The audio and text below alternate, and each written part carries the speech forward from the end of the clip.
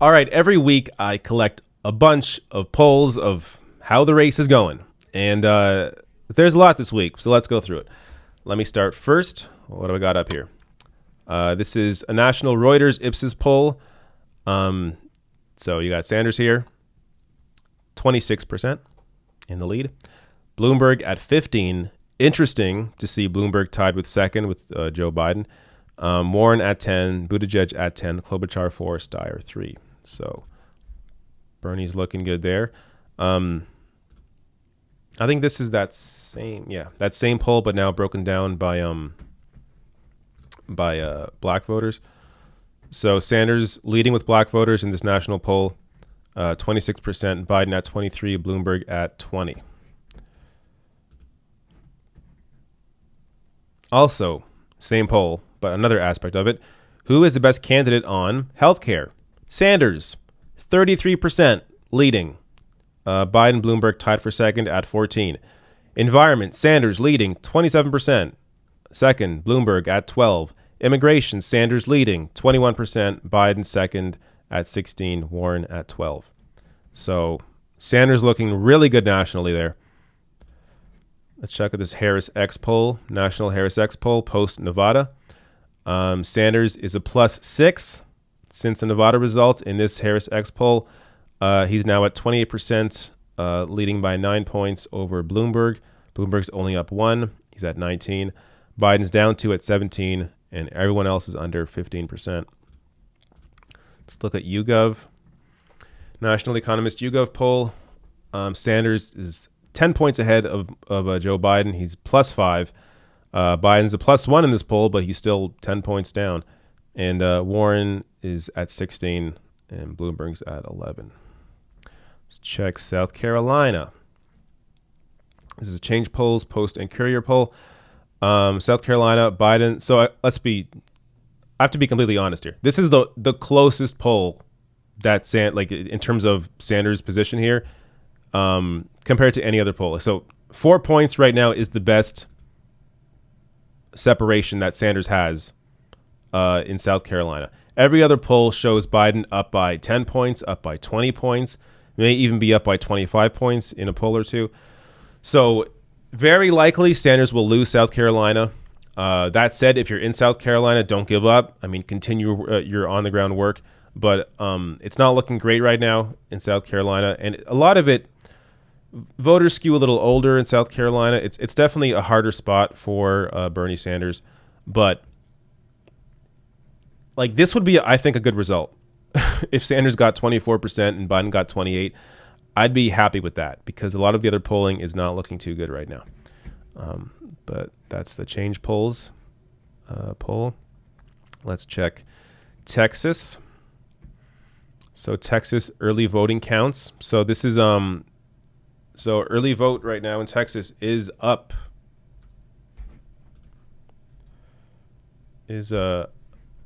Up considerably. Damn. Up by 100,000. So 2016 it was 170,000 by this point, and 2020 271,000. Turnout increase 63%, looking really good right now in Texas. The higher the voter turnout, the better it is for Sanders, because it means a lot of new voters coming out, a lot of young people coming out, a lot of working class voters coming out, a lot of independents potentially. I'm not sure if Texas is a close state or not, I forget, but higher turnout in general is better for Bernie Sanders. This is a Univision News, University of Houston, Texas poll. Sanders leading here by 6 points over Joe Biden. So before this, Sanders was either a little below or tied with Joe Biden in Texas. Right now, he is leading by 6 points, 26 to Biden at 20. Bloomberg's also at 20. And this was from today. So this is a new poll. Looking really good right now in Texas. This is California and Texas. This is a CNN SSRS poll. So California, he's at 35. Everyone else under 15. So when it comes to pledged delegates, this is a great position to be in because you need to hit 15% to be able to get delegates in the state. Though there are also statewide delegates, so you can win by, if you have over 15% by district or by precinct. I forget which it is. You do get some delegates, but statewide, looking here, Warren wouldn't get any, and Sanders would have all of California. That would be just dominating. If he's able to dominate California like this and win Texas, as he is in this poll with 9 points, at that point, the race is basically over. If you win Texas and California with margins like this, what's the argument against this candidate? Good luck finding one. So, I mean, this would be a fantastic result if Sanders can be able to have this kind of win in Texas by 9 points. Let's look at more California. So this is change polls. Sanders at 36. He's a +6. Warren's at 18%, a +2. Again, still a big lead here, even though Warren's over 15. Looking really good for Sanders. And he's up 6 since last month. So the candidate with the highest increase in support. Point Blank Political. This is also California. Sanders 34, Warren 13. So you can wow. So you can see the results are kind of all over the place here, but there is a consistent theme of Sanders doing very well and the other candidates barely making 15%. And here they're not making it at all. So this would be an incredible win for Sanders if that was the result. Did I do this one? No. This may have been in the earlier one. I forget now. But Sanders 35, 14 for Warren here in California. Let's look at Pennsylvania.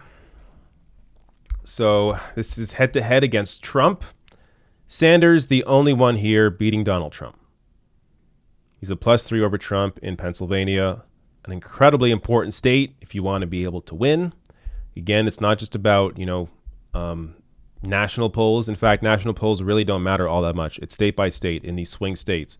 Can your candidate win them? Sanders right now, the only candidate that can in Pennsylvania. Trump is tied with Biden here. Trump is tied with Warren. Trump is over beating Klobuchar by 1. Trump beating Buttigieg by 1. And Trump beating Bloomberg by 3. Bloomberg would be the worst candidate, as I've said a million times. Wisconsin. This is a Marquette poll. Sanders is up in Wisconsin, up 10. Bloomberg's up 11. Let's hope the debate will impact this a little bit. But still, Sanders with a big, comfortable lead here, over 10 points over Bloomberg. And Biden's at down 8 at 15%. Wisconsin head-to-head. Again, Sanders the only one beating Trump in Wisconsin. Another important state if you want to become president, if you want Democrats to win. Sanders, +2 over Trump. Trump ties with Biden. Trump ties with Klobuchar. Ties with Buttigieg. +1 over Bloomberg. +3 over Warren. Very interesting there. Let's check out Massachusetts. Here we got, it's a Mass Inc. poll. Sanders is 25%, up 12. Bloomberg is +13, but it appears this is his first time in this poll, so he's just at 13%. I wouldn't really say it's a +13, but he debuts at 13%.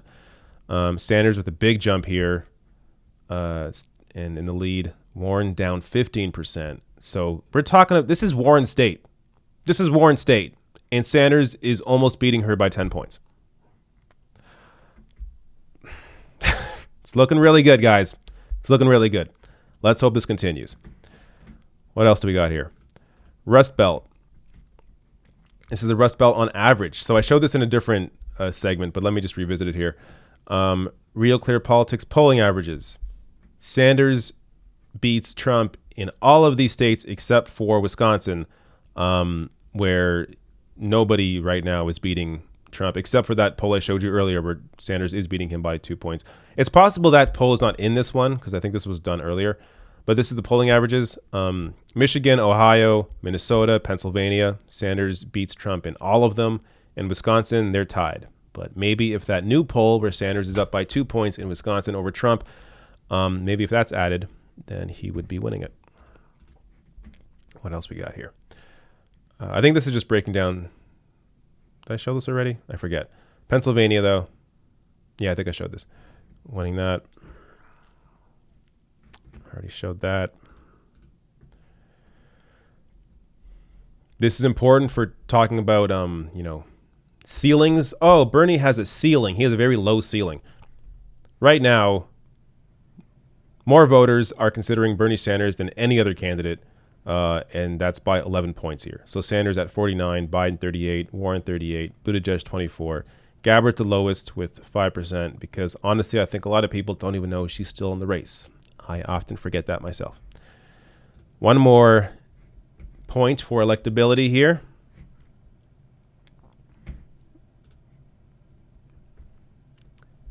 So this is an ABC News poll. Based on what you saw in the debates in this past week, which candidate do you think has the best chance of defeating Donald Trump in November?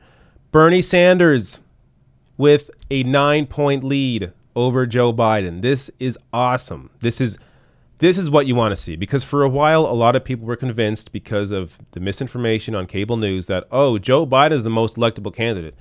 But then they begin to see Bernie winning states. And then maybe they pay a little more attention to his performance in the debates and think, oh, wait, this guy's actually really good, because he's able to attract a large voter turnout because he speaks to a lot of people that don't normally vote. So I think people are beginning to get that message now and are seeing that Sanders would be the best to go up against Trump. This one, do you think the candidate's performance in the debate, do you think the candidate's performances in the debates in the past week have, strengthen the Democratic chances of defeating Trump? This even really matters. Let's just skip that. In helping you decide who to vote for in 2020 Democratic primaries, would you say that the debates in the past week were somewhat useful? That makes sense. Not so useful, not useful at all. So it appears that people are finding the debates useful, at least somewhat useful, which I think is good because Bernie has had a fairly good performance in them.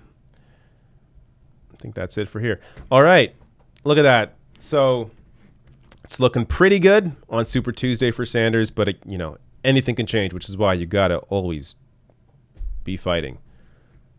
Even if it's something as simple as talking with friends and family and getting people who normally aren't politically engaged, getting them engaged in politics, and even listening to their issues, ask them what they care about. Like, what do they want from a candidate, or what issues do they worry about in their lives? Maybe it's low wages, maybe it's student debt, maybe it's healthcare.